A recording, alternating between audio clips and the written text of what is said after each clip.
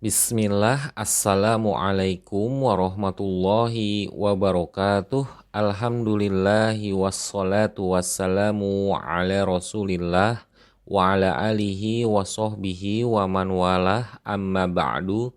Ahlan wa sahlan, kita berjumpa kembali dalam program Belajar Mentasrif dengan panduan contoh dari kitab Amsilatut Tasrif, sebuah kitab yang cukup populer untuk belajar dan mempraktekkan tasrif, baik tasrif istilahi maupun tasrif lugawi.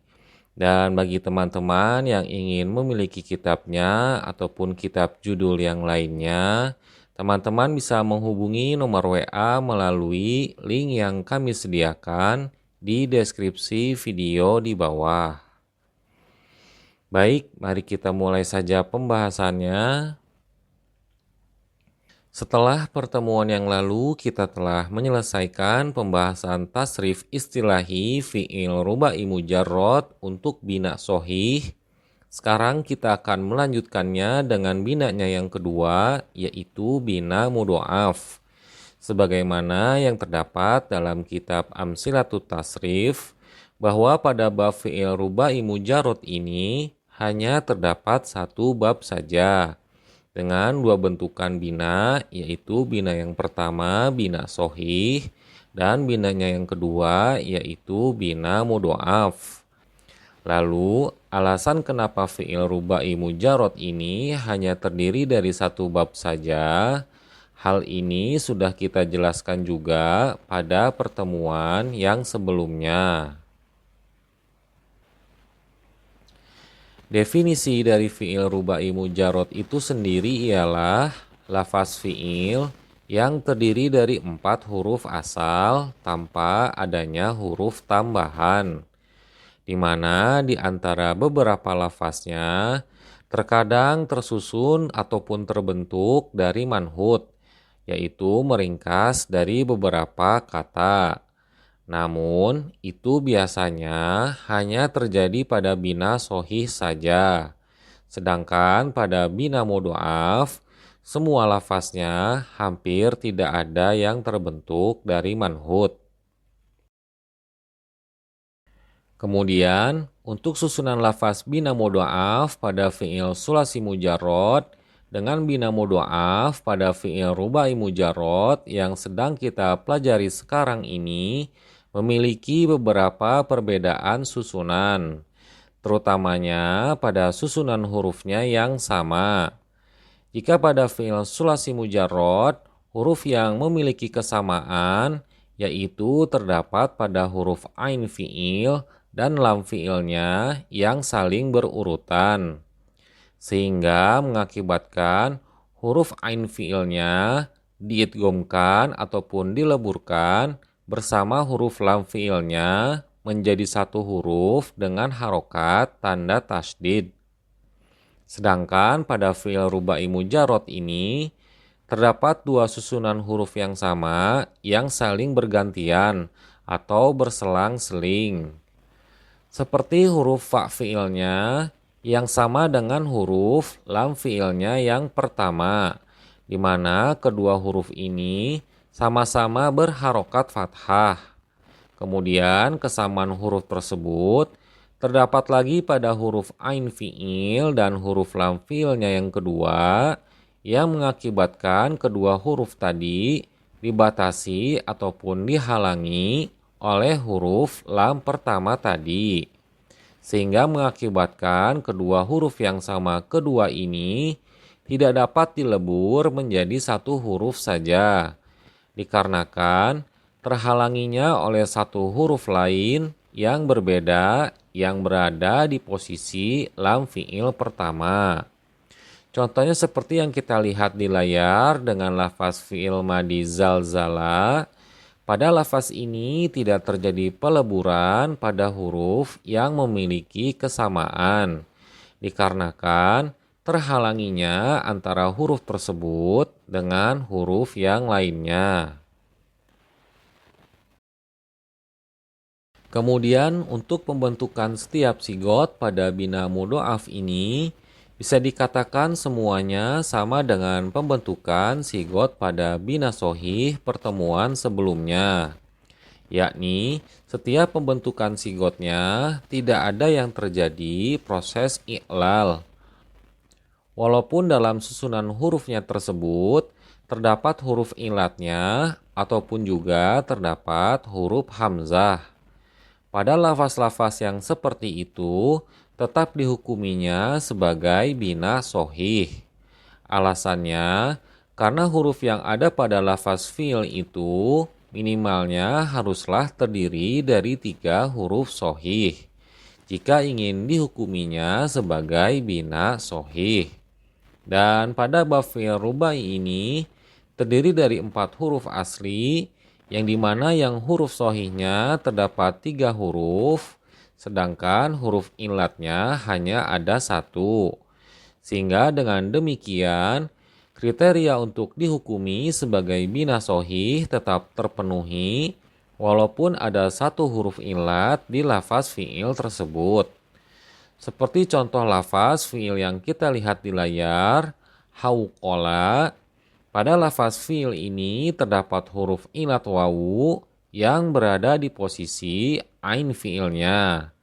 Yang jika di fi'il sulasi mujarrad, huruf ilat yang berada di posisi ain fi'il dinamakannya dengan bina ajwaf. Namun di fi'il rubai mujarrad ini, lafaznya tersebut tetap dinamai dengan bina sohih. Dikarenakan kriteria jumlah huruf sohih yang berada pada lafaz tersebut telah terpenuhi dengan berjumlah 3 huruf.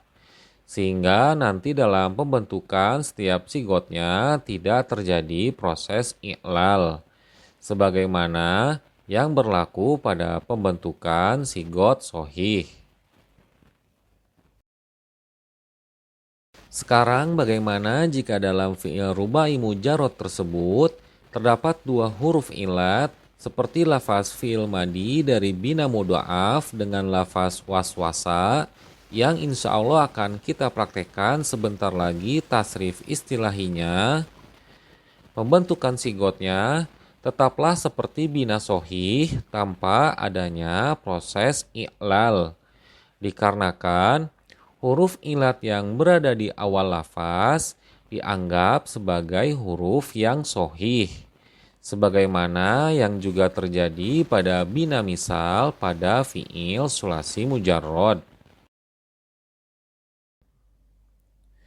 Setelah penjelasan singkat mengenai bina mudha'af dari fi'il rubai mujarrad tadi, kita dapat langsung mempraktekkan tasrif istilahinya wazan fa'lala yufa'lilu dengan mauzunnya yaitu to'a yuto'ti'u yang artinya adalah menundukkan kepala. Dan seperti yang kita lihat di layar, terdapat tabel praktek tasrif istilahinya dari sigot fi'il madi hingga sigot isim zaman wa makan. Baik, mari kita mulai saja praktekan. To'a yuto'ti'u to'atan wati' to'an muto'ti'un muto'to'un to'ti la tuto'ti muto'to'un muto'to'un. Kita ulangi. To'a yuto'ti'u to'atan wati' to'an muto'ti'un muto'to'un to'ti la tuto'ti muto'to'un muto'to'un. Lafaz to'a bermakna dia laki-laki telah menundukkan kepala. Yuto'ti'u dia laki-laki sedang menundukkan kepala. To'atan dan ti'to'an bermakna penundukan kepala. Muto'ti'un orang yang menundukkan kepala. Muto'to'un yang ditundukkan kepala. To'ti tundukkanlah kepala. La tuto'ti janganlah kamu menundukkan kepala. Muto'to'un tempat ataupun waktu untuk menundukkan kepala. Kita coba praktekkan kembali dengan mauzun yang lainnya yaitu waswasa yuwaswisu, yang artinya adalah mengganggu ataupun menggoda. Kita praktekkan. Waswasa yuwaswisu waswasatan wawiswasan waswisun waswasun waswis la tuwaswis waswasun waswasun. Kita ulangi. Waswasa yuwaswisu waswasatan wawiswasan waswisun waswasun waswis la tuwaswis waswasun waswasun. Lafaz waswasa bermakna dia laki-laki telah mengganggu. Yuwaswisu dia laki-laki sedang mengganggu. Waswasatan dan wiswasan penggangguan. Muwaswisun orang yang mengganggu. Muwaswasun orang yang diganggu. Waswis mengganggulah. La tuwaswis janganlah kamu mengganggu. Muwaswasun tempat ataupun waktu mengganggu. Kita praktekkan sekali lagi yang terakhir dengan menggunakan mauzun yang lainnya, yaitu zalzala yuzalzilu, yang artinya menggemparkan ataupun menggoncangkan. Kita praktekkan. Zalzala yuzalzilu zalzalatan wazilzalan muzalzilun muzalzalun zalzil la tuzalzil muzalzalun muzalzalun. Kita ulangi. Zalzala yuzalzilu zalzalatan wazilzalan muzalzilun muzalzalun zalzil la tuzalzil muzalzalun muzalzalun. Lafaz zalzala bermakna dia laki-laki telah menggoncangkan. Yuzalzilu dia laki-laki sedang menggoncangkan. Zalzalatan dan zilzalan pergoncangan. Muzalzilun orang yang menggoncangkan. Muzalzalun yang digoncangkan.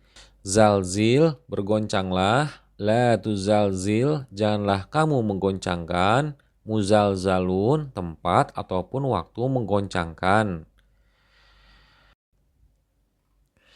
Setelah tadi kita telah mempraktekkan beberapa tasrif istilahi fi'il rubai mujarrad dari wazan fa'lala yufa'lilu dengan binanya bina mudhoaf, maka masih ada beberapa mauzun lagi yang dapat dipakai untuk latihan teman-teman di rumah untuk melancarkan dan membiasakan proses tasrif istilahi ini. Kata-kata mauzun itu diantaranya: yang pertama, kolkola yukolkilu kolkolatan kilkolan. Maknanya adalah gonjang-ganjing. Yang kedua, falfala yufalfilu falfalatan filfalan. Maknanya adalah membubuhi lada. Yang ketiga, zahzaha yuzahzihu zahzahatan zihzahan, yang maknanya adalah menjauhkan. Yang keempat, dabdaba yudabdibu dabdabatan dibdaban, yang maknanya adalah berbunyi. Yang kelima, damdama yudamdimu damdamatan dimdaman, maknanya adalah membinasakan. Yang keenam, kholkhola yukholkhilu kholkholatan khilkholan, yang maknanya adalah memakaikan gelang. Yang ketujuh, balbala yubalbilu balbalatan bilbalan, yang maknanya adalah mengusutkan ataupun mengacaukan. Yang kedelapan, syalshala yushalshilu shalshalatan shilshalan, yang maknanya adalah menetes jatuh. Yang terakhir, yang kesembilan, khorkhoro, yukhorkhiru, khorkhorotan, khirkhoron, yang maknanya adalah mendengkur.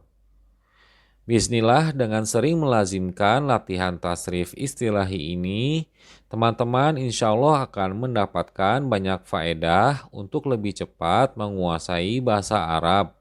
Wallahu a'lam bishawab. Baik, untuk pertemuan kali ini kita cukupkan saja sampai di sini. Kami mohon maaf jika ada kekurangan dan kekeliruan dalam penyampaian video ini. Insya Allah kita berjumpa lagi di pertemuan yang berikutnya. Kami mohon pamit undur diri. Subhanakallahumma wa bihamdika asyhadu alla ilaha illa anta astaghfiruka wa atubu ilaik. Assalamualaikum warahmatullahi wabarakatuh.